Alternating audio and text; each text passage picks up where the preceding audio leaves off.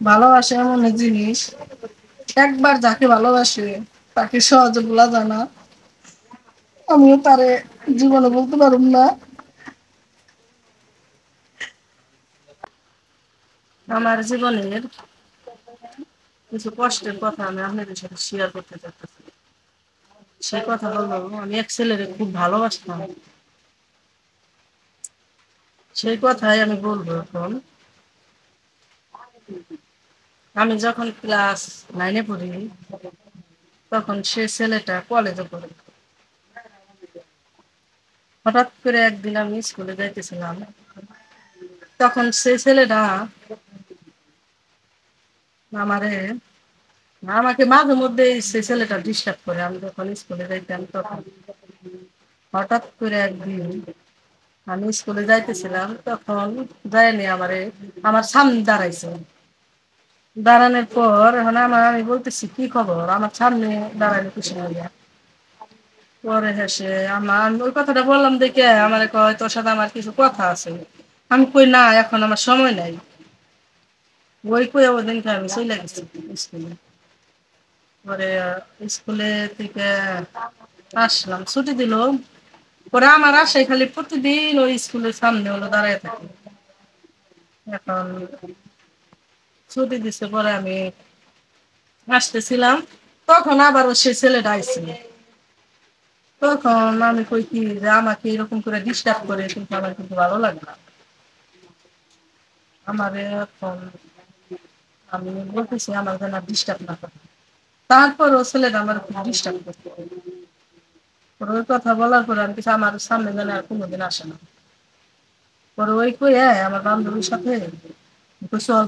আমার বান্ধবীর বলতেছি, চল, আমার এখন ওর সাথে কথা নেই। ওই কই আমি আবার বাড়ি আছি। তারপরের দিন অমনি আবার এই আগের মতোই যে সামনে দাঁড়াইছি।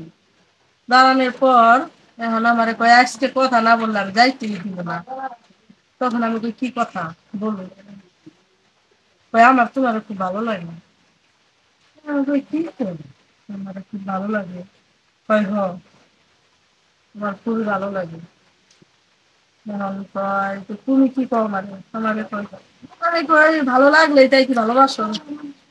ভালোবাসা যায় না। পরে কয়, না, তুমি যদি আমার ভালো না বাসো, তাইলে আমি তোমার যাইতে দিব না, তুমি বইলেই যাইতে হইবো। আমি কই, না, তাইলে আমারে কয়েকদিন সময় দিতে হবে, 10 থেকে 15 দিন সময় দিতে হবে। আমার যদি ভালো লাগে, তাইলে আমি তখন বলবো সে কথা না। যদি ভালো লাগে, আচ্ছা ঠিক আছে, আশাই দিন। 10 থেকে 12 দিনের পর আমি এলো সেই কথা আমি তোমার জানাবানি। ওই কই আমি আবার স্কুলে চলে গেছি। ওই আমার বইলা রাখলো যে আমি কিন্তু আশায় রইলাম। আচ্ছা ঠিক আছে। পরে হ্যাঁ, আর আমার ওরকম আর ওই কয়েকদিন ডিস্টার্ব করতো না। 10 থেকে 15 দিন আমার ডিস্টার্ব করতো না। পরে শেষে এই 10 থেকে 15 দিন, তখন আমি খালি ভাবতাম শুয়ে শুয়ে, ওই ছেলেটা তো দেখতো মোটামুটি ভালোই আছে, খারাপ না, চলে। এখন আমি তো থাকি। ওই যখন আমার উপর দিয়ে বলছে যে ভালোবাসি, না তোমার খুব ভালো লাগে, তাহলে দেখি কি করা যায়। ওই কইয়া 10 থেকে 15 দিনের মধ্যে আবার হয়েছে। বলে স্কুলে যখন যাই তখন আর বলতেছি, তখন আমি বললাম, আমারও তোমার খুব ভালো লাগে। সেই কথা আমি ওরা বইলা দিলাম। ওরে কয়, তাই ভালো হয়েছে।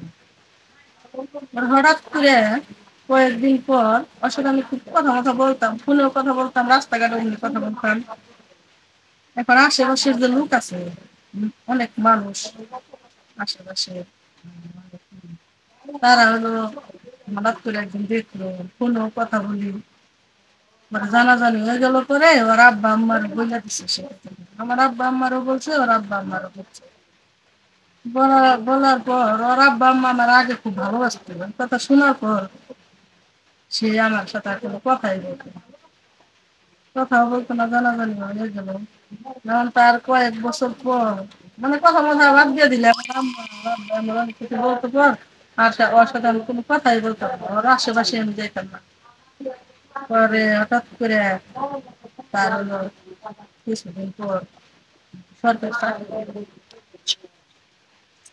পরে সরকার চাকরি যখন হইল তখন আমি তো জানি না মানুষ যে যখন করে তখন কি ভালো লাগে, যখন নিজের কর্মে চলে যায় তখন যে সব মানে ভুলে যায়, আমি তো সেরকম যাই নাই।